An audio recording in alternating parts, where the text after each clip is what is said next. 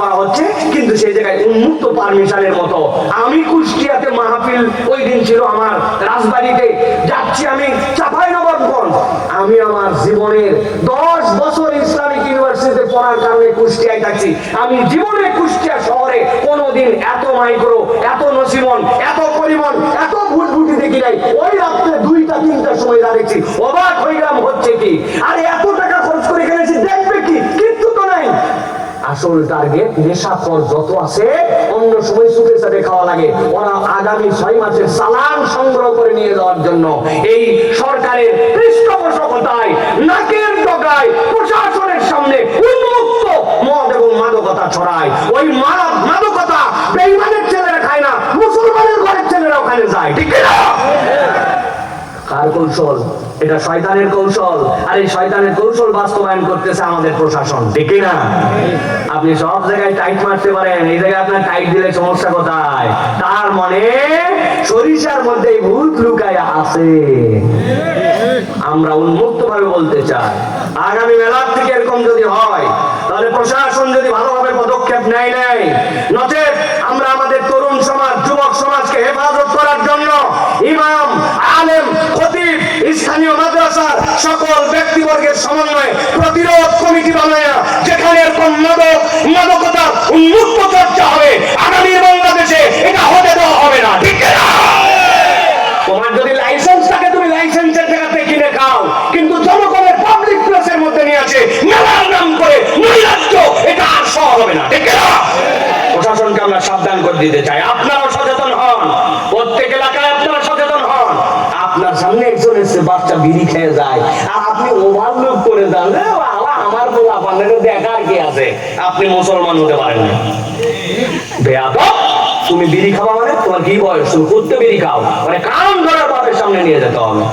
কপাল পোড়া অনেক বাপ আছে, বলে এই যে ধর একটা গল্লি বানিয়ে দিত, তোর বেটাতে গাঁজা হয় না, এটাই তো বেশি, ঠিক না?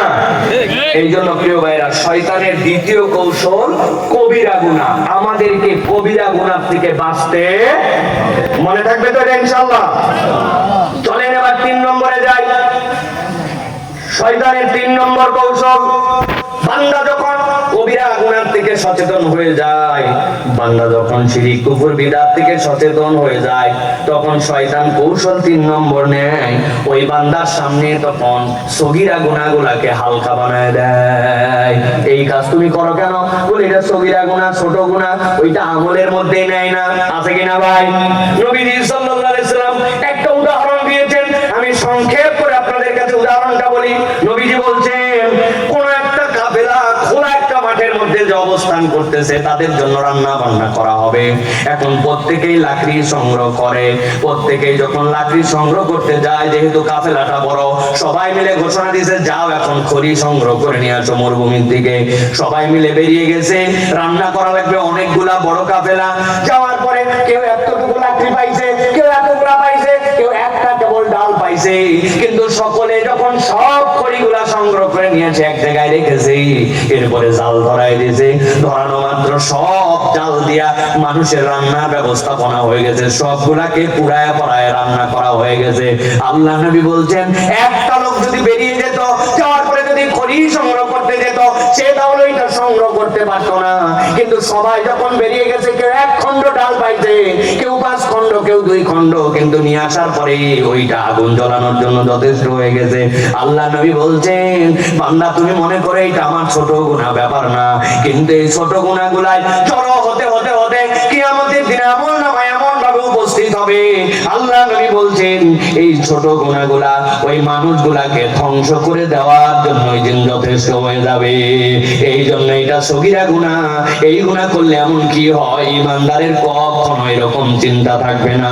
বান্দা যদি জানে এটা গুনাহ, ওই বান্দা কখনো এই গুনাহ করতে পারে না। আল্লাহ রাব্বুল আলামিন কোরআনুল কারীমের মধ্যে বলছেন, গভীর মনোযোগ দেন। আল্লাহ বলছেন, ইয তালাক্কাউনাহু বিআলসিনাতিকুম ওয়া তাকুলুনা বিআফওয়াহিকুম মা লাইসা লাকুম বিহি ইলম ওয়া তাহসাবু